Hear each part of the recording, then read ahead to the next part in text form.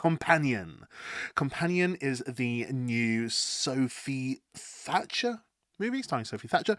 It's a I guess I'll give the IMDb uh sort of, because there's lots of spoilers you can have in this film basically. So basically it's a billionaire's death sets off a chain of events for Iris and her friends during a weekend trip to his lakeside estate. Okay, it's kind of a confusing way to say that on IMDb, but basically you do have to be careful what you say about this film, because the first like big twist happens about 15 minutes into the film. And honestly, I don't want to spoil that twist. Like, I'll talk about it maybe a little bit later, but for now, with the non-spoilery part, that like the twists come quick, the twists come fast in this film, and that's a big one. And it's fun watching the first part of the film and not know. In fact, I would even recommend don't watch the trailers for this film, because I think the trailers give away that twist. And I hadn't watched the trailers for this. I just went to watch the film, and I was like, "This is good. This is good." This 15 minutes in, I'm like, "Wait, what?" And like a big twist happens, and you're like, "Oh, that's awesome! I was not expecting that twist." So really fun, and there's twists throughout. Really fun to just not really know. So I guess that that summary of the film on IMDb, as vague as it is kind of as much as you can say. Yeah, some people go to this billionaire's house on like a lakeside, and the billionaire dies, and then things happen basically. So yeah, basically, what did I think of this film? I thought this film was great. Like, for films that are released in January, I mean, in England it's a little bit different, all right? Because in England, we get a lot of the sort of Oscar-y movies released in January.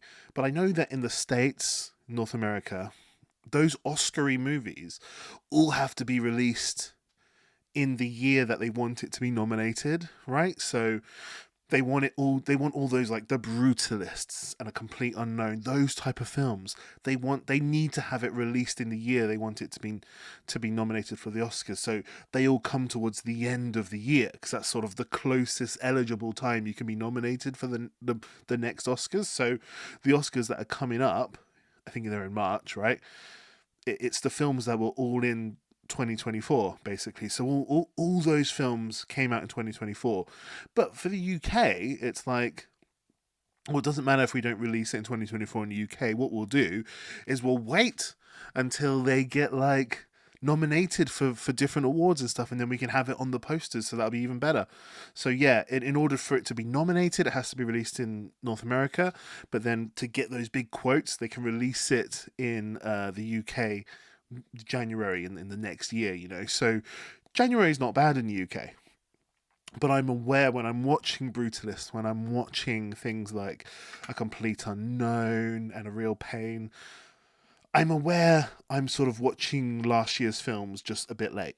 But for films that have actually come out this year, usually films that come out in January aren't good. It's sort of like the dumping ground of films. But Companion, it came out, and technically it was January, and I was like, that was a great film. Really, really, really fun film. Very Black Mirror-esque. You know, a new technology type of thing going on here. It's really creative, really, really inventive. I really, really enjoy that actress. What's her name? Sophie Thatcher. Is that the main actress in this? So she was one of the main actresses in that Hugh Grant horror film about, they were Mormons or something, right? What was that film called? Heretic. And I thought she was great in that film. And she's great in this film as well. There's two films in a row that I've seen her in that I'm just like, this girl's awesome. And I don't think I'd really seen her before, but she's really, really good in this film. And like I say, the twists and turns in this film are creative. They're fun. They're interesting. It's delving into very Black Mirror-y type of ideas. And yeah, I just think this film was really, really good. I really recommend it. I kind of am curious what you guys thought about this film. I will talk a little bit about spoilers now. So if you want to know nothing, which I kind of recommend, you know, don't watch anymore. Okay. But basically, spoilers starting now. It's about AI, these love robots. It's called companion because these are sort of companion robots, but really they're just sort of, I guess, sex robots, but you can, create a connection with them. And yeah, it does. You watch it and you think, damn, is this going to really happen one day? Like, is it already happening? I remember seeing the Joaquin Phoenix film Her and just falling in love with that film. I thought that film was so romantic and so beautiful and really interesting delve into what it means to be in love with another human or like a talking device. Like, can you fall in love with something like that?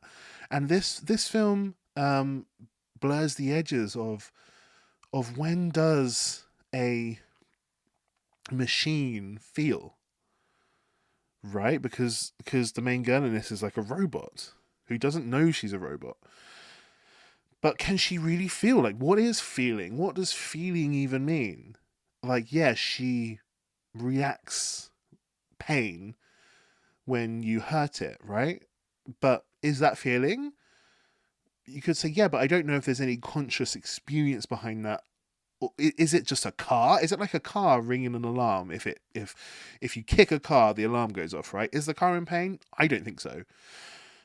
But make it a bit more complicated. Is it in pain? I still don't really think so. But these robots, is it just because they look human that my sympathy is with it? Or is it like, but it's still just basically a car with an alarm system. So if you punch this robot in the face, it'll yell in pain, but that's just the same as a car with an alarm. But then maybe we're just the same as a car with an alarm. Like, maybe that's just what being conscious is. I don't know.